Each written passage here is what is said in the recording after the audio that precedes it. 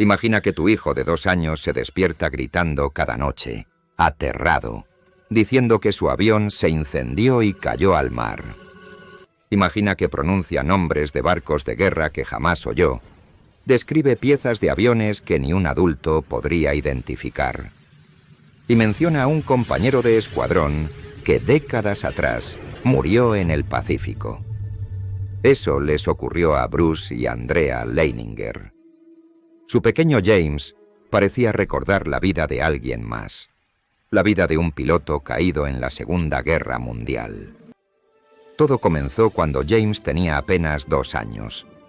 Era un niño alegre, pero sus noches estaban marcadas por un terror inexplicable. Se despertaba gritando, pateando, como si intentara escapar de algo invisible. Cuando sus padres intentaban calmarlo, él repetía una frase que los dejó helados. Avión estrellado, avión en fuego. Los sueños eran tan constantes y tan vívidos que no podían atribuirlos simplemente a imaginación infantil. Mientras otros niños jugaban con bloques o peluches, James se obsesionó con los aviones de combate. Con una precisión asombrosa para su edad, corregía a los adultos cuando nombraban mal una pieza. Distinguía un depósito de caída de una bomba o un caza japonés de un corsair estadounidense. Sus padres no entendían de dónde sacaba esa información. Nunca había estado en contacto con pilotos, museos militares ni documentales bélicos. Durante una de las pesadillas, James dijo algo que marcaría un antes y un después. Mencionó que había despegado desde un Natoma. Sus padres pensaron que era una palabra inventada, hasta que, meses después, Bruce descubrió que existió un portaaviones llamado USS Natoma Bay, activo durante la Segunda Guerra Mundial en el Pacífico. James también mencionó a alguien llamado Jack Larson, supuestamente un camarada de vuelo. ¿Cómo podía saber esos nombres un niño de 2 años? Desconcertados, los Leininger comenzaron a investigar por su cuenta. Primero contactaron asociaciones de veteranos, luego leyeron informes militares y finalmente encontraron registros del escuadrón que operaba desde el Natoma Bay. Lo que descubrieron los dejó sin palabras. Entre los pilotos figuraba un hombre llamado James Houston Jr., quien murió en combate cerca de Iwo Jima en 1945. Y en la misma escuadrilla también estaba registrado un piloto llamado Jack Larson. Todo coincidía. Mientras tanto, los recuerdos del pequeño James se volvían más detallados. Describía cómo su avión había sido alcanzado por fuego antiaéreo japonés.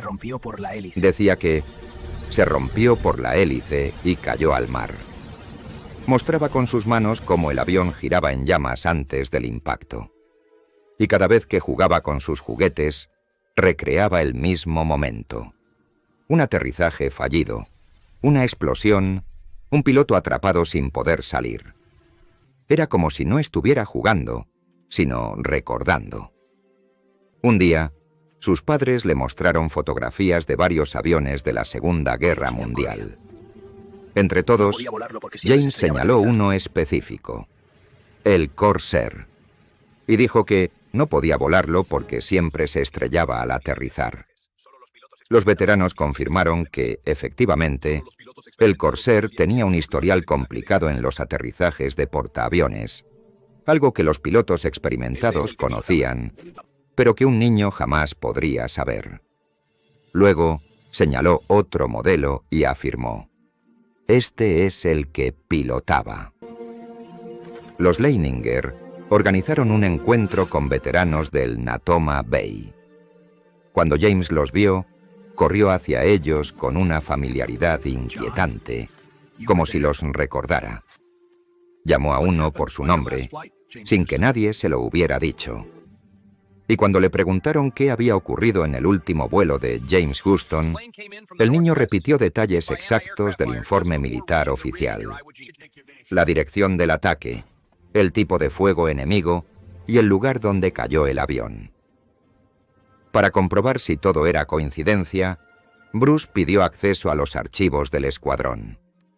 Allí encontró una serie de datos que coincidían palabra por palabra con los recuerdos de su hijo: el tipo de avión, la misión en Iwo Jima, el daño que recibió la aeronave e incluso la posición de Jack Larson en la formación de vuelo. James había descrito cosas que nunca habían sido publicadas en libros infantiles, televisión o material accesible para un niño.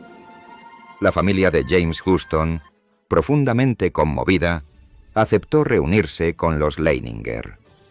Lo más sorprendente fue que el pequeño James parecía reconocer a personas que jamás había visto. Señaló objetos que habían pertenecido al piloto fallecido y explicó cómo los usaba. Reconoció incluso la imagen de Huston en una fotografía y dijo: «Ese soy yo».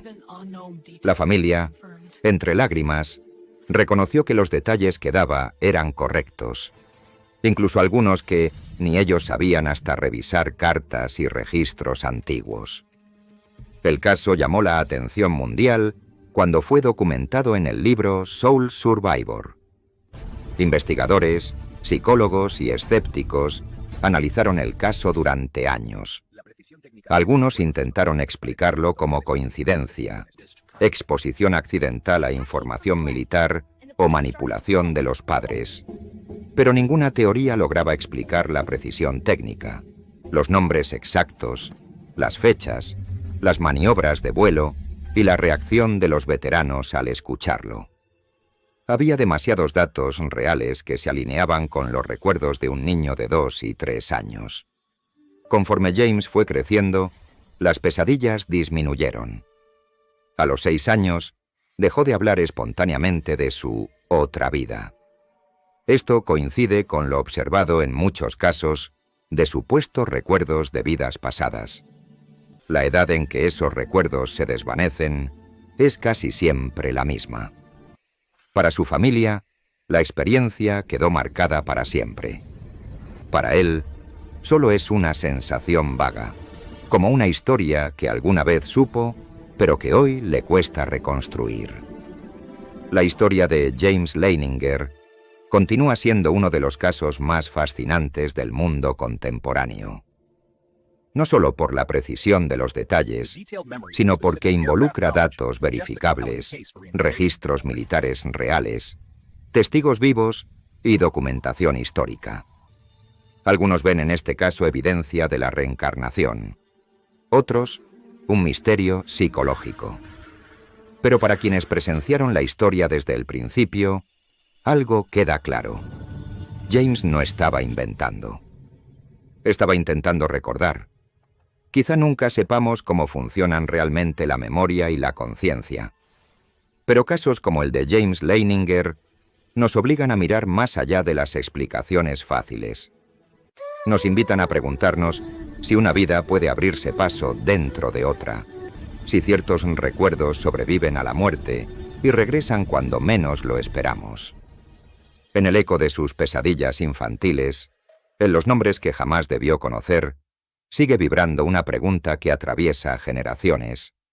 ¿Puede un alma volver con su historia intacta?